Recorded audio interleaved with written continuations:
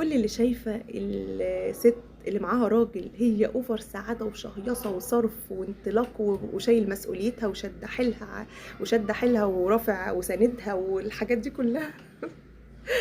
شيلوا الثقافات دي من دماغكم، دي افكار غلط. اول حاجة ان ربنا خلقك عشان تأدي الدور اللي انت فيه ده، المساحة دي الحتة دي ربنا خلقك عشانها، واكيد مديكي الطاقة والقدرة انك تكملي في الاتجاه ده. تاني حاجة ان البيوت بين المتجوزين مقفولة على ابتلاءات وصعاب وخلافات ومشاكل ربنا وحده بس اللي يعلمها.